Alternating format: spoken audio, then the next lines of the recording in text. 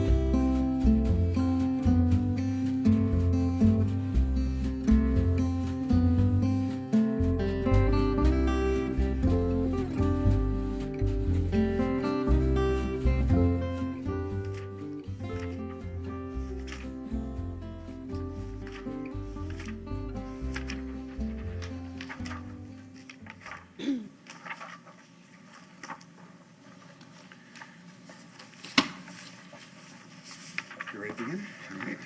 All right. Good afternoon. This meeting of the Community Development Board is called to order on September 17th. Welcome, everyone. If everyone will please stand and join me in the Pledge of Allegiance. I pledge allegiance to the flag of the United States of America and to the republic for which it stands, one nation, under God, indivisible, with liberty and justice for all.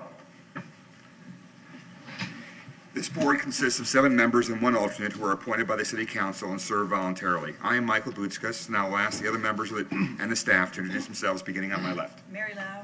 Mike Flannery. Brian Barker. Jay Dane, attorney for the board. Lauren Matzke, Planning and Development. Ellen Crandall, Planning and Development. Michael Foligno, Assistant City Attorney. Gordon Behar. John Petrocchi. Chris Anaskevich. Please remember to turn off your cell phones so they do not become a distraction during the meeting. Please also refrain from having conversations in this room so that we might hear all the testimony given today. To ensure a complete record of this board's actions, we ask that each individual wishing to speak, including the applicant, speak into the microphone at the podium in front of us, clearly state your name, and spell your last name for the clerk. Now I'll ask that all those in attendance today who plan to speak to please rise and be sworn in by the clerk. You swear affirm the testimony you're about to give is the truth. Agendas of today's meeting are on the podium to your left near the entry door. Also on this podium are a roster of the Community Development Board, the list of city staff experts and their resumes, the board's rules of procedure, and the annual schedule of this board. Our first order of business is to review and approve the minutes from last month's meeting. May I have a motion for approval of the minutes? So move. Second. Motion made and seconded. All in favor of the motion, say aye. Aye. All opposed? Motion carries.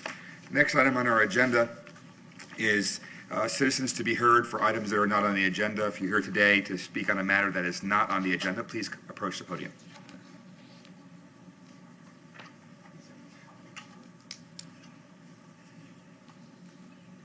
Thank you, Mr. Chairman, members of the board. I'm Bill Johnson, 2694 Redford Court West in Clearwater.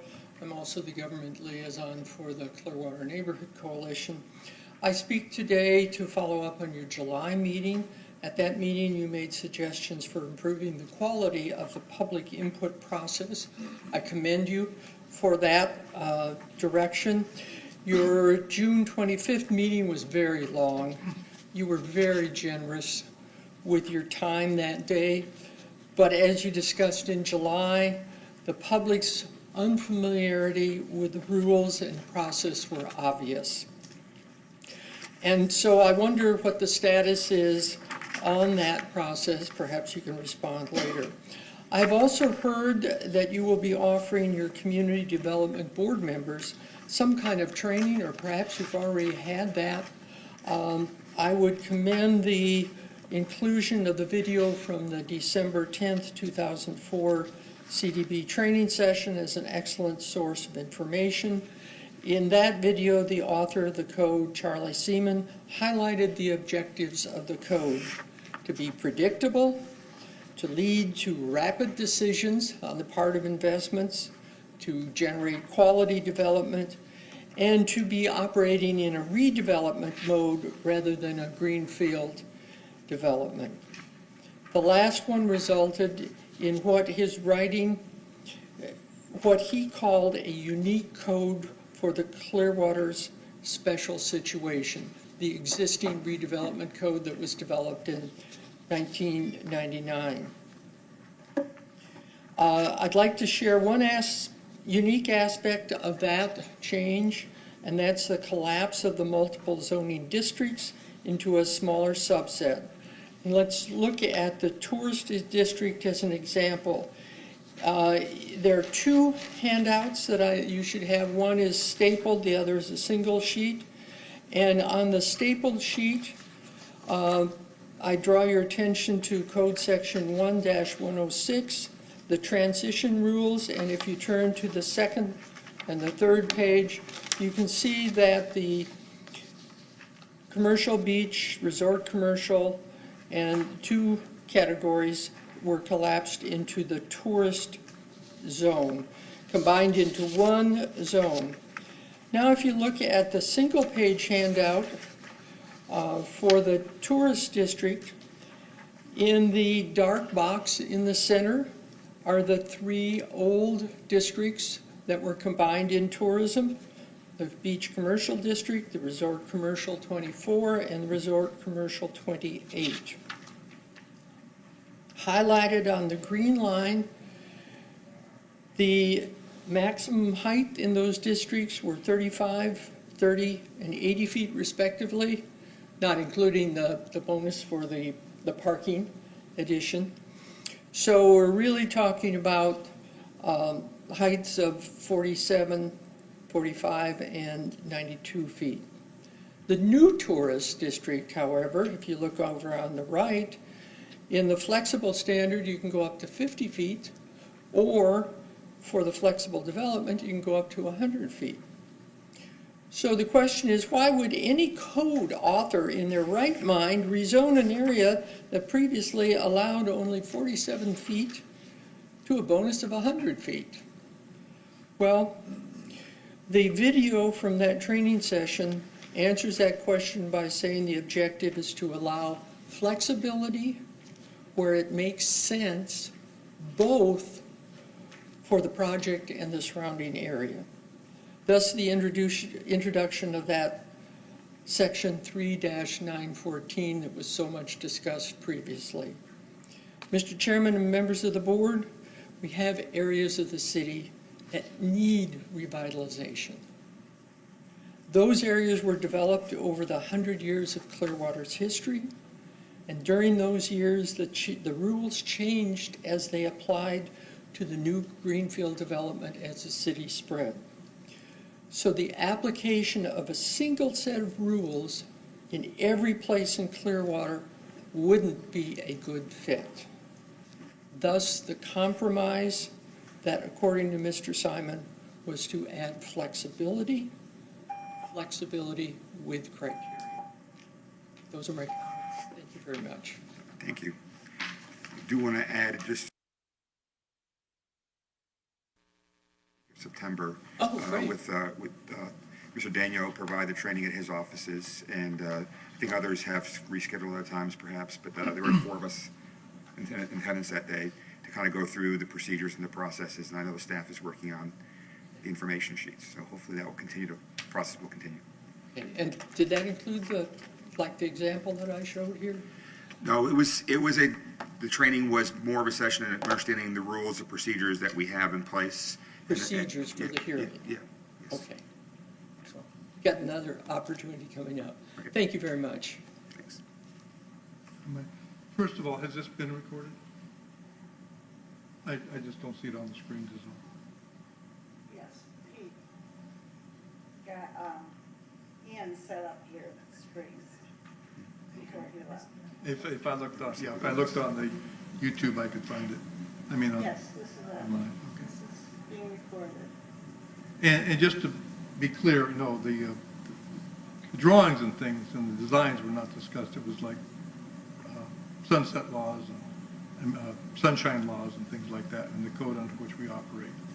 Not talking about what a building is, how high it is, or something like that, or how it fits into a neighborhood, or the code specifically. We did not open the book on the code. Thank you. Anybody else from the public who wishes to be heard? All right, then we'll proceed along with our regular agenda. The board has adopted a consent agenda format, and the consent items are identified as such on the agenda. Consent agenda items are those items for which the Planning and Development Board recommends approval. The applicant is in agreement with any proposed conditions, and no written objections to the case have been received to date. Items may be removed from the consent agenda today by a member of the board, a member of the staff, or any person in the audience for questions or objections. I'll read each item on the consent agenda, and if any person wishes to remove this item from the consent agenda, please so state or raise your hand, and we will remove it from the consent agenda. Items removed from the consent agenda will be heard in the regular order of the meeting. Items that remain on the consent agenda will be approved with a single vote. The items on our consent agenda today are as follows. Case FLD 2019-06017, 64/566 Bay Esplanade. The owner is East Shore International Enterprises. The agent is John Boziak, and the location is on the north side of Bay Esplanade, the northeast corner of Bay Esplanade and Cypress Avenue. Does anybody wish to have this matter removed from the consent agenda? Hearing none, the next item on our consent agenda is FLD 2019-05015, 19337 U.S. Highway 19 North. The owner is Bayside Apartments Owner, LLC. The agent is Rick Brown. Location is approximately 830 feet east of U.S. Highway 19 North behind the Lincare Holdings buildings. Does anybody wish to have this item removed from the consent agenda? Seeing none, do I have a motion for approval of consent agenda items? Mr. Chairman, I move to approve case FLD 2019-06017 and case FLD 2019-05015 on today's consent agenda based on evidence in the record, including the applications and the staff reports, and hereby adopt the findings of fact and conclusions of law stated in the staff reports with conditions of approval as listed. Do I have a second on the motion? Motion made and seconded. Is there any discussion on the motion? All in favor say aye. Aye. All opposed? The motion carries. Moving on with the next item on our agenda for today, we have level 3 applications. The case before us today is case TA 2019-06002, amendments to the Community Development Code. The owner is BDG Properties. The agent is Brian Ongst, and it's a request to review an amendment of the Clearwater Community Development Code to expand the geographical area within which regional subdistrict of US 19 for self-storage warehouses. Mr. Farina, want to make any motion? Mr. Chairman, do you want to read the procedures for level 3? Oh, my apologies. I skipped right to it. With my new book here, I don't have my little notes to shift me to the right place. Okay, all level 3 cases such as plan amendment, rezoning, or development agreements are considered legislative hearings. The Community Development Board reviews the application, the staff report, correspondence, and all evidence presented today, and makes a recommendation to the City Council. For level 3 applications, City Council makes the final decision. The procedure for all level 3 cases is as follows. Presentation by planning staff, 10 minutes maximum. Presentation by the applicant, 10 minutes maximum. Comments by the public, 3 minutes per person. Closing remarks by the planning and development staff, 3 minutes maximum. Closing remarks by the applicant, 3 minutes maximum. And closing of the public hearing, followed by discussion and vote by the board. And as I've already indicated, our first level 3 case today is TA 2019-06002.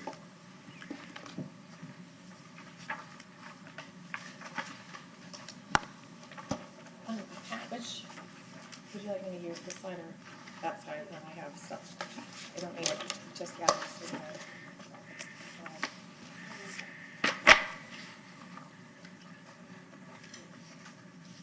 I don't need it yet. Good afternoon, Lauren Matzke, Planning and Development. The item before you is an amendment to the Community Development Code that was generated by a property owner on US 19. This is unusual because this is the second time the city has received such an application within the last year to amend the US 19 district. The code allows an applicant to propose a text amendment provided they submit a development application in conjunction with the text amendment. The applicant met this requirement. However, the Development Review Committee has determined that revisions are required to the application to meet the US 19 zoning district and development standards outside of this proposed amendment, so some redesign will be required. The proposed text amendment relates to permitted uses within the US 19 zoning district. The applicant is requesting to change the code because they would like to construct a self-storage warehouse on a property where it's not currently permitted. Text amendments are not uncommon, but they are typically initiated by City Council or the Community Development Coordinator, and therefore are usually written consistent with the standards for review for text amendments outlined in the code. I've explained that the code requires the applicant to submit an application for development in conjunction with the code, and that's required so that they can demonstrate the need for the amendment and the ability to meet that amendment or the code in general. But the standards for review in section 4-601, which apply to text amendments, are limited to 1, whether the proposed amendment is consistent with and furthers the goals, policies, and objectives of the comprehensive plan, and 2, whether the proposed amendment furthers the purposes of this development code and other city ordinances and actions designed to implement the plan. I want to highlight that for you because this is the basis on which Planning and Development's recommendation of denial is founded. Before I walk you through the specifics of the proposal, I would like to briefly talk about the work the city has done prior to this to support redevelopment along US 19, which includes the city ordinances and actions designed to implement the comprehensive plan. As you know, the city has spent a good deal of money and time studying and planning for redevelopment on US 19. Table 1 in the staff report summarizes these efforts and associated expenses. Staff reviewed this in detail last year with the previous application to amend the code for self-storage warehouses in US 19, but it is important to incorporate this into the record here as well. Our work initially began in 2006 with the evaluation and appraisal report of the comprehensive plan. At that time, the city's redevelopment efforts were focused on downtown and the beach. The evaluation and appraisal report identified the need to develop a more comprehensive and diversified strategy for redevelopment, and the concepts of activity centers and a citywide design structure were developed. A total of 7 areas were identified for further study, and 3 of those are contained within the US 19 district. Based on that report, the areas around Westfield and Clearwater malls were designated as activity centers, and the other areas along US 19 were identified as a redevelopment corridor within that citywide design structure. That citywide design structure serves as the city's guide to development and land use decisions. Then, of course, in 2011, Clearwater Greenprint recognized the need for the city to reduce greenhouse gas emissions citywide, and identified the need for land use and transportation to be more closely linked for economic and environmental reasons by creating vibrant mixed-use transit-supportive activity centers on US 19, linking jobs and people. During this same time, the city completed its economic development strategic plan, which focused on the need to pursue strategies to diversify the city's tax base, gain high-paying jobs, and improve business vitality. One of the priority strategies that came out of that economic development strategic plan was to establish an employment center overlay district to encourage higher wage employment along US 19 and to facilitate development projects that generate higher wage jobs by allowing that higher density and transitioning out of incompatible uses over time. In 2012, City Council approved the US 19 Corridor Redevelopment Plan, which organized the corridor into those 3 different revitalization areas: the Regional Center, Neighborhood Center, and at that time we were calling them the in-between areas. Each area serves a specific purpose, and the Regional Center is envisioned as a regionally significant cluster of mixed-use development with an emphasis on employment-intensive and transit-supportive uses. During this time, the Pinellas Planning Council, which is now known as Forward Pinellas, prepared a significant update to the countywide plan, creating the activity center and multimodal corridor categories for areas where cities have planned for transit-oriented development to ensure a critical mass of people for future transit. The corridor plan identified what steps the city would need to take to meet the requirements for having the activity center and multimodal corridor designated on the maps. We worked closely with Forward Pinellas throughout the transition period, and because of the planning efforts and commitments to a form-based code, Forward Pinellas designated US 19 with activity center and multimodal corridor when they adopted their maps. These amendments resulted in significant increases in development potential to ensure critical mass for transit-supportive development. But the city still needed to develop those zoning standards consistent with these objectives. The culmination of all of this work occurred in 2017 when council adopted the US 19 zoning district and development standards and rezoned the entire corridor area to this new district. It established 3 sub-districts with distinctive objectives, development potential, and uses based on the corridor redevelopment plan and the countywide plan rules. The result was a streamlined approval process for projects that meet the development standards and limited flexibility for certain standards to ensure development is meeting all the objectives of these plans. Quickly, I'll reference these 2 maps. The regional center sub-district is the subject of today's amendment, so I'll focus mostly on that.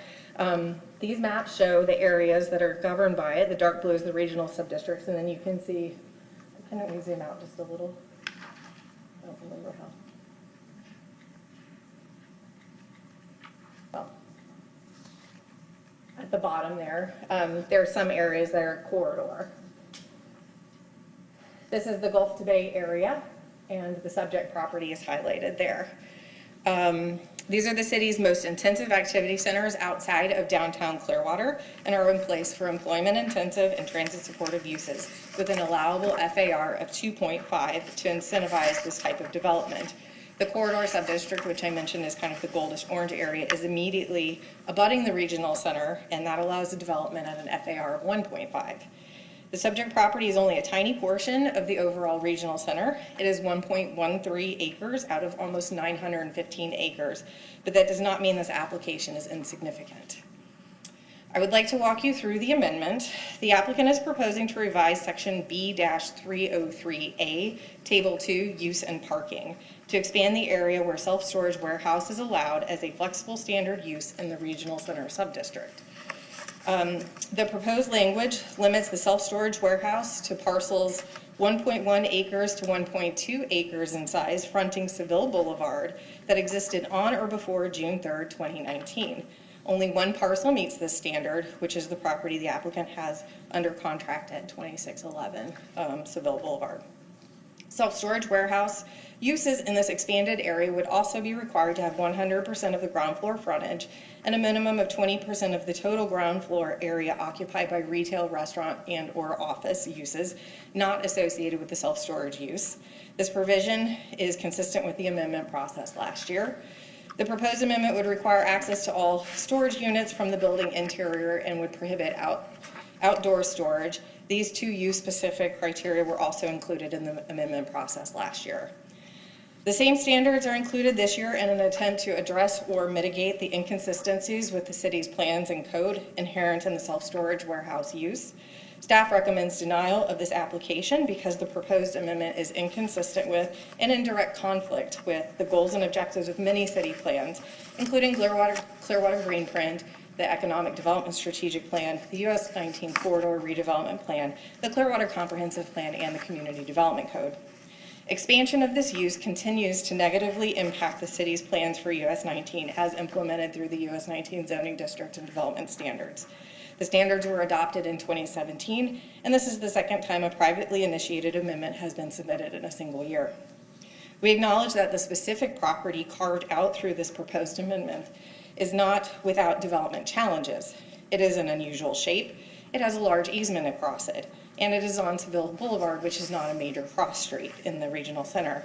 It has been vacant for some time, and the city has cited the property owner for overgrowth and other code issues.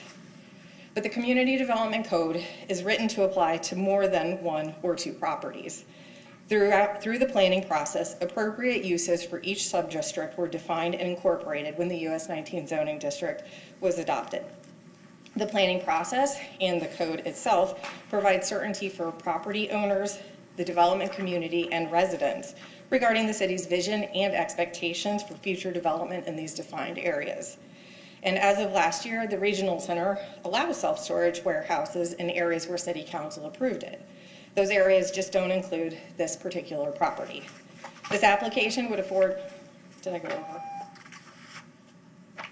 I can stop, or How much more do you have to go? maybe a minute. Okay, and I'll afford the applicant an extra minute. Absolutely, thank you, sir. Just the timer's not working up there, so it's impossible for the presenter to know how much time. I'll give her a minute, give you a minute as well. When it beeps, when it beeps, it'll be 1 minute to go. How's that? That's it. I know. I was like, I didn't even notice because I was just going because it's usually my peripheral vision. So thank you. Regional centers are afforded the highest development potential of 2.5 FAR to support the goals and achieve vision outlined in the different city plans. When developing the US 19 district and Table 2 use and parking, a variety of permitted uses was further expanded from what is identified in the comprehensive plan, but without thought regarding sorry, I've now lost my place. Anyway, self-storage warehouses do not fit the profile of a use that will contribute to transit supportive or active areas. Self-storage warehouses do not contribute to the vitality of an area because relatively few people frequent the sites as they are a place to store things, not people. It does not draw people. The applicant will show you the elevations of the proposed self-storage warehouse to show how nice a building can look even when the primary use is storage.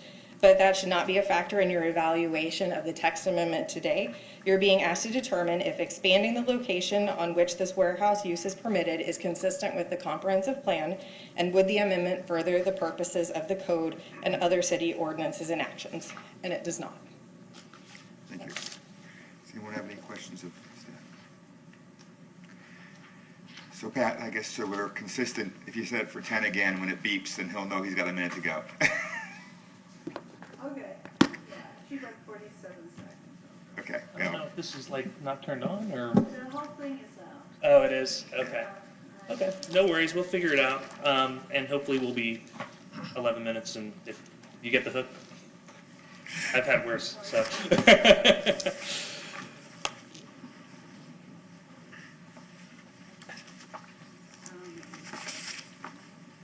Can you all see that? Is that? No, it's not up. It's not up. Oh, it's up It's there. up there. There. Yeah, we got it behind you, There Pat. you go.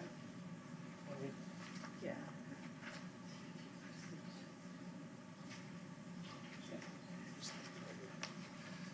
Hey, good afternoon, Mr. Chairman, members of the board, Brian Unks on behalf of the applicant. The property owner is BDG Architects with Chris Karshner, and the contract purchaser is RK Partners, Mr. Reed Hayden, civil engineer, and Mr. Kevin Menendez. To the contrary, we respectfully disagree with the staff.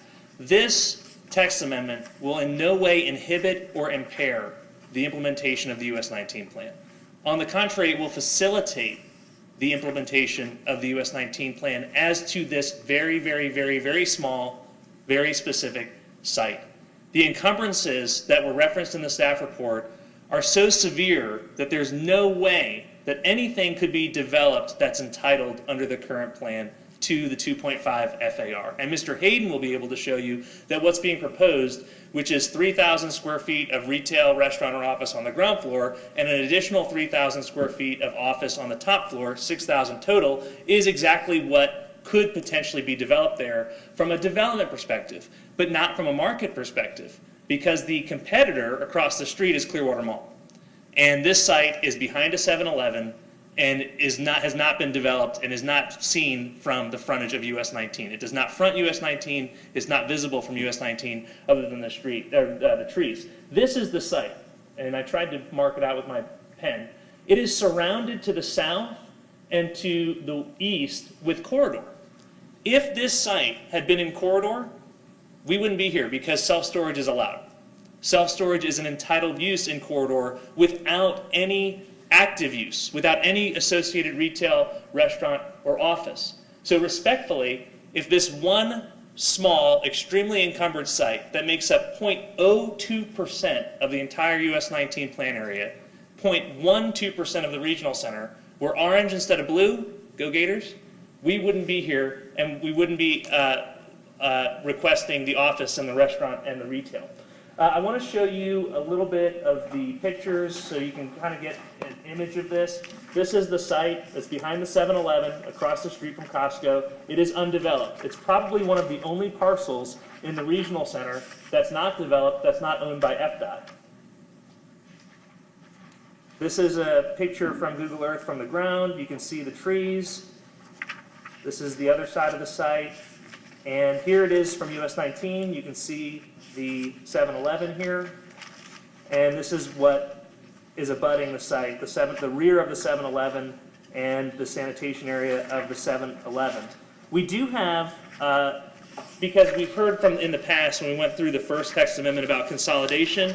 I do have a loose email in your packet from Mr. Rob Booz. He's the owner of the 7-Eleven site. And I'm not going to read the whole thing to you, but number one, he supports the text amendment. Number two, he has a long-term lease with 7-Eleven and has no intention of not renewing that lease. Number three, he has no intention of purchasing this site. It's been on the market for years and years and years and has not been purchased. And that's it. So he supports the text amendment, and he is not going to consolidate these parcels or do anything to redevelop that 7-Eleven for a long, long, long time. They have 4 5-year renewal options that kick in 2022. So theoretically, you're talking about till 2042 of a 7-Eleven. So we're talking about facilitating the redevelopment of this parcel. Again, we respectfully disagree with the staff. This is a legislative decision. It's not a quasi-judicial decision. So all we need for approval by the city council is a rational basis. There is no evidence that this site being redeveloped, as is being suggested, would impair the pedestrian access. In fact, we're required to have interconnectivity between the parcels. So we're going from an undeveloped site to a developed site that's developed to the US 19 standards.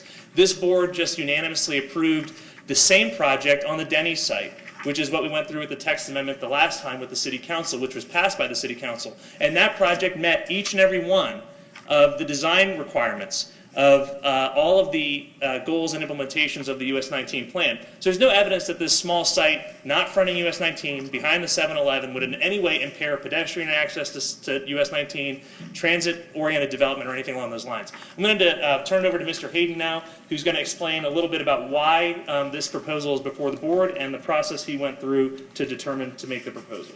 Thank you, Brian. Reed Hayden, 105 Bayside Drive, Clearwater.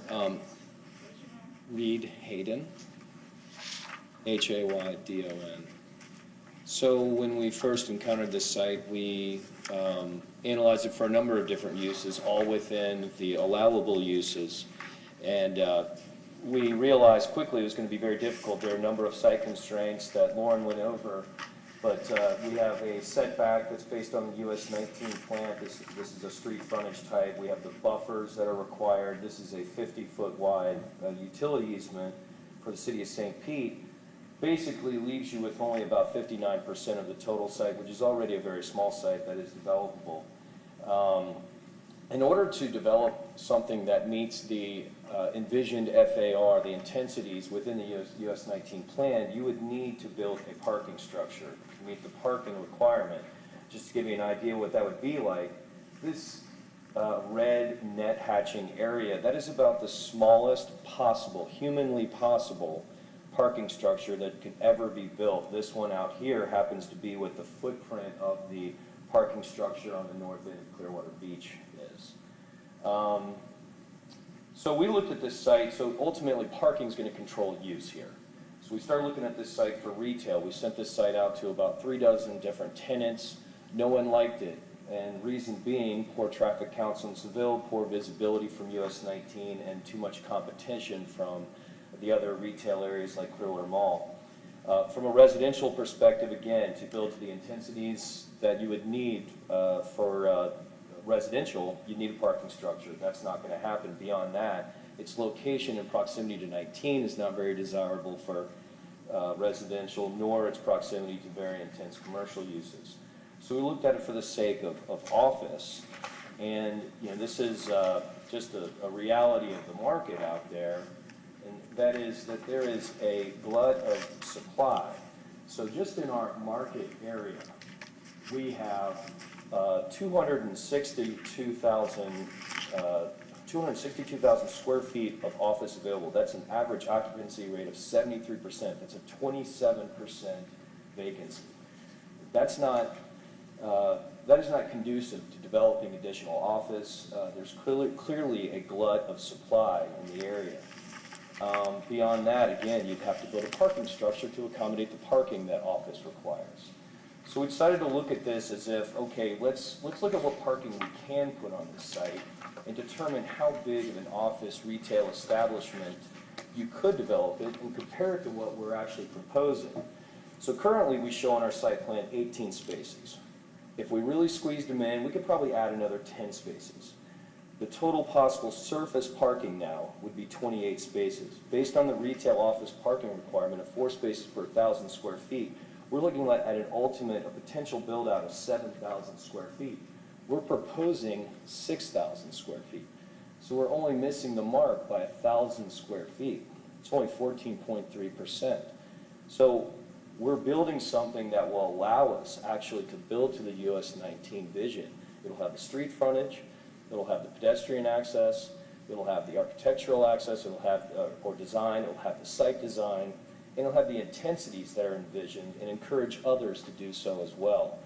And I think that self-storage is a part of a mixed-use development. When you look at the entire activity center of Gulf to Bay and US 19, there's already a lot of commercial, there's some hotel there, there's some residential. Self-storage is a complementary use for all of that. And just like with greenhouse emissions, you want these things close to where the people that are actually using them are. Thank you, Reed. And so to follow up on that, to cite to the staff report, page 6, according to Pinellas County Economic Development, the Pinellas County market does have potential to support more self-storage units. It is under the national average for the number of units and square footage per person and has higher rents because of lower supply. Pinellas County has about 5.4 square feet of self-storage per person, or only 77% of the national average of about 7 square feet. Local developers are looking for creative ways to build self-storage in Pinellas County and say that the local market is challenging because of high land values and the lack of available real estate that can accommodate self-storage. So there's a market demand, and that's also based on all of the multifamily that's going in. Bainbridge just put 360 units just south of the site on the waterfront. Wood Partners is putting in another 314 units across the street on the old Auto Nation sites that are desperately needed of redevelopment. There are hundreds and hundreds and hundreds of more multifamily going in. This site is not a strategic site for the implementation of the US 19 plan. It is not a key linchpin. It's not at a major access point. It's not at a key corner. It is almost a forgotten parcel. One that when we began discussing it with the staff and council, the question kind of came up of, yeah, we're not really sure why we even included it in the activity center. So again, I want to point out to you that the city council, wrap it up, the city council has already determined that this exact proposal on 2 other sites meets the goals and objectives and respectfully disagreed with the staff in terms of the consistency with the comprehensive plan. It's already an allowable use. This site has more encumbrances, has more challenges than the Denny site did. And this is, when we heard from you the last time, what the majority of you said, if this Denny site was before us for a site plan approval, we'd approve it, but we are worried that this is going to open the floodgate and open the doors to a bunch of other sites, particularly the fact that it wasn't limited to those 2 sites. It was at 18 sites, I think, at the time. So we listened to that and we tried to narrow it as much as we possibly could to this one site, and so that's why we believe the city council is supportive of it. We've met with the mayor and the council members. All of them gave us at least the go-ahead to say, go ahead and pursue it. 3 of them said definitively that they would support it. We didn't get really, any significant pushback from any of them. So I do anticipate that the council will agree that this site needs to be redeveloped and that this is an appropriate text amendment for that redevelopment. Thank you. All right. Does anybody have any questions of the applicant? Okay. No questions from the applicant. Is there any comments from the public? All right. Any closing remarks by planning development staff?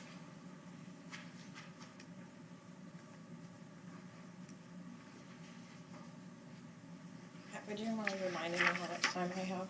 I'll tell you when it turns yellow. Okay. That'll be 45 seconds. Okay, thank you. The city is seeing success with the US 19 zoning district and development standards, in particular in the regional center subdistrict. We have several projects approved, as mentioned, we also have several under construction or some that have been constructed in the regional center. So we're seeing the reinvestment in existing buildings through renovations and changes of use in addition to new construction. Because the city recognizes the need for self-storage, it allocated it initially within the corridor subdistrict. And as Mr. Onks noted, that is immediately adjacent to the east. So I'd like to point out, this is from the code, and this is in the administrative section, and there is actually a process to request an amendment to a future land use map and to change the sub-district. So there was a different path that could be followed for this, as opposed to amending the language to allow a certain use on a certain individual property. He did not pursue that. The regional center subdistrict has significant FAR of 2.5, and that is in part why we are seeing the market pressure to develop our regional center with the self-storage warehouse use. So we're not arguing that there's a market for it. We're just saying as a community, the vision was to include it somewhere else. The Planning and Development Department believes that the proposed amendment is inconsistent with and does not further the goals, objectives, and policies of the comprehensive plan or the intent and purposes of the Community Development Code, which are the standards for which this text amendment should be reviewed.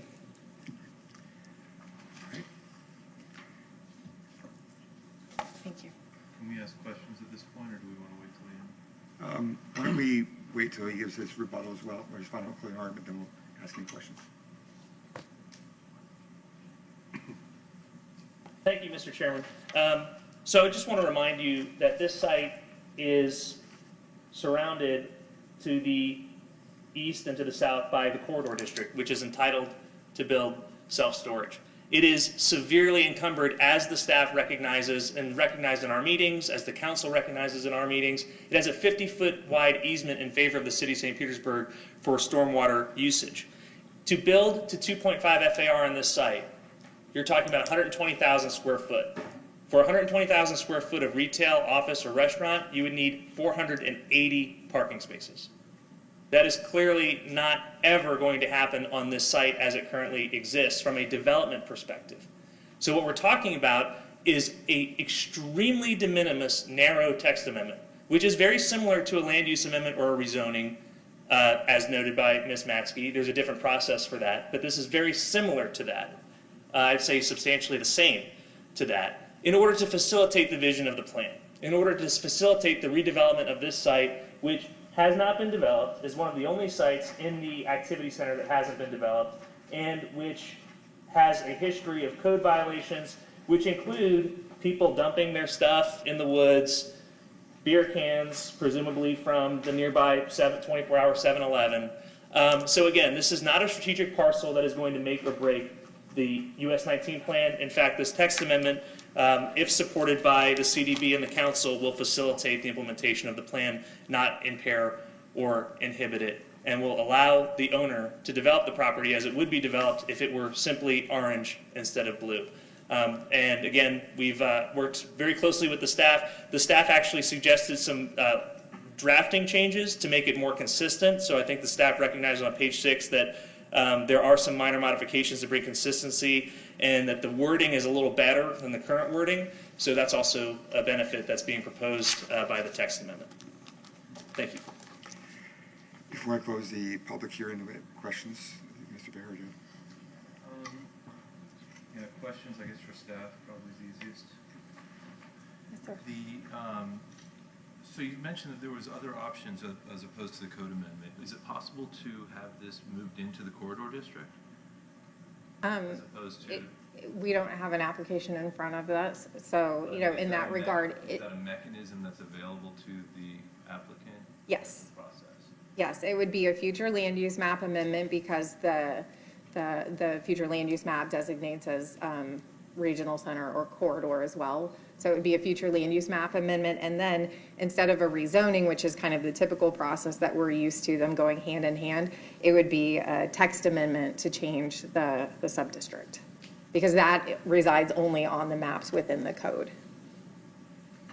And in that corridor district, so if it was amended to be in the future land use so that it was part of the corridor district, it would be an allowable use, as the applicant suggested? Yes. The FAR would be reduced. That's correct. It would be a 1.5 FAR. And currently, it appears as they're around a 2.0 FAR, I roughly?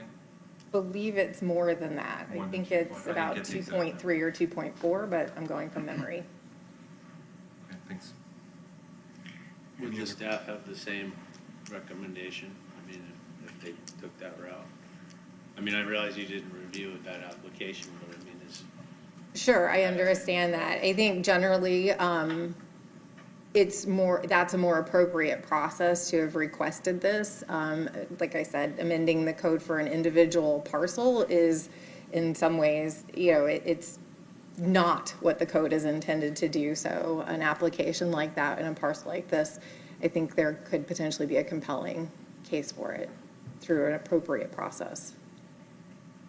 I have a question.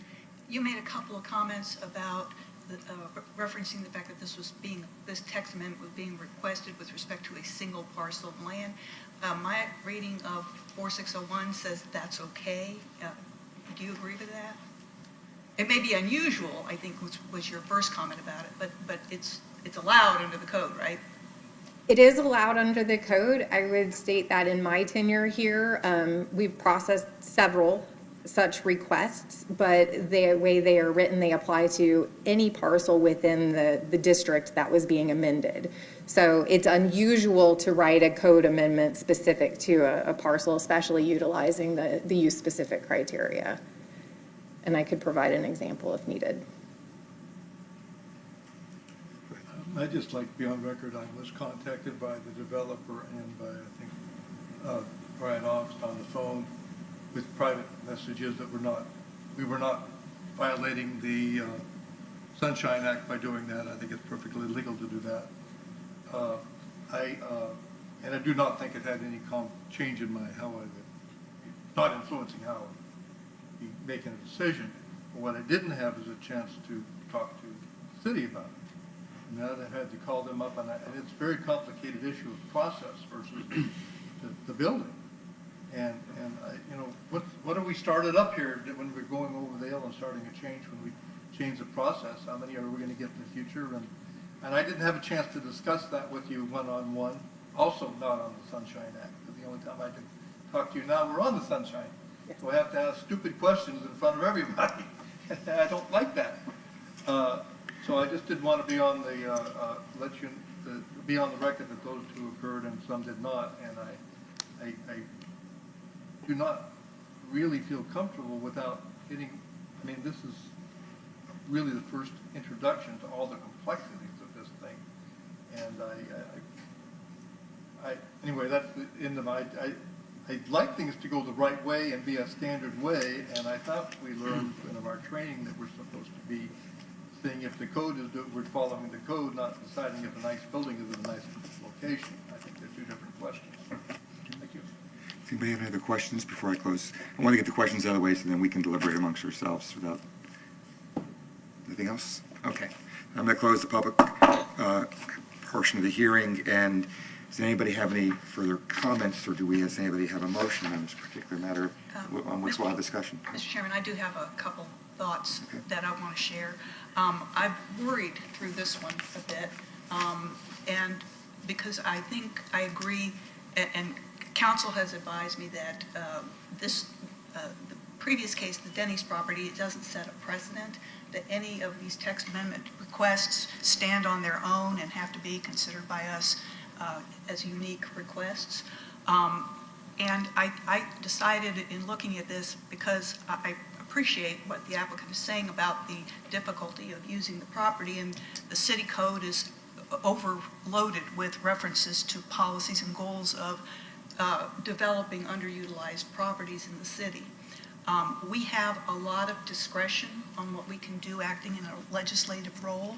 However, at the end of the day, I come back to the same place. I don't disagree with Mr. Augst that this is a property that, if developed in the manner that the developer wants to develop it, would be perhaps a good thing long-term.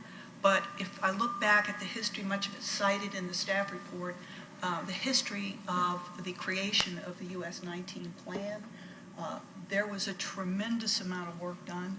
And again, the staff report references specific, conscious, front of the mind, looking at self-storage facilities and where they wanted them and where they didn't want them. The plan, in my view, is still new. And to the extent the city wants an opportunity, this is the same conclusion I reached in the Denny's property case. I think that while there are goals and policies of the city that this project might support, I think on balance, the 4601F standards that Ms. Matzke cited in her presentation are not met here. And there are a number of inconsistencies with the well-thought-out US 19 plan, and I think that the city ought to have their opportunity to live with it for a while. Yeah, I think it's a tough parcel, just like the other one was, and I think it makes for tough development. I think it should be developed. I think that there's opportunities to develop it. I just don't agree with the approach of, and really what's in front of us today is a code amendment, not the building itself. It does abut a district that allows it. I would think that there would be another approach to push it into a different district that would allow it and still be within the vision of the master plan for the redevelopment areas. And while I get that reduces the density, I think it'd be more appropriate to be done in perhaps a different way that still allows the parcel to develop. I think that there's opportunities out there to do this. I liken it a little bit to spot zoning. It's not exactly spot zoning, I get it, but it's a situation where it would create an anomaly within a system that doesn't necessarily have to be there for any reason other than additional density for the most part. It's a tough site. I do think that the proposal will work, and I don't. My personal opinion is I just don't support this approach to the approval process. Mr. Petracchi, you have any comments? No? Mr. Eskevich? No additional comments. Just a few words. I mean, I agree with, the applicant. It's not a strategic parcel. It is kind of a forgotten parcel. I don't know if the approach to get there is correct or not, but I think the way they did their due diligence really shows that there's not a whole heck of a lot you can do there. If you're going to need so much parking that you're going to have to put a parking garage that doesn't fit. So I think I would support their proposal. I'd just say that I think they've done a lot of work, and I understand the arguments. I think they really, but seems like we have a process, and although this only goes from one, is this going to be the last one? Well, the last one we had was only one. Now the second one we have is this the new process of the process? Is to only ask for one at a time for anybody that wants to change. And I think there's a correct way to do this, and I'd like it to be done overall, and I don't think we're hurting them that much by having it done right. I think they would have a darn good case to make the change, but I don't think on this route and this process is the right time to do that. And that's my feeling on it now. If I could just follow up by saying, in response to what Mr. Flannery just said, I think if this process is going to be used to make this change with respect to this one piece of land, that ought to happen at the city council level, and it's not something I'm comfortable doing at this level. And I don't really have anything to add to what's been said. I would tend to agree with Mr. Behar and Ms. Lau from that perspective. But that being said, if there's no other comment, do I have a motion? Mr. Chairman, I move to recommend denial of this item based on the evidence and testimony presented in the application, the staff report, and at today's hearing, and that would be my motion. Okay. Do I have a second on the motion? I'll second. Motion made and seconded. Any further discussion? All in favor of the motion say aye. Aye. All opposed? Yeah. Would you raise your hand, please? Okay. Majority in favor of the motion. The recommendation is for denial to City Council.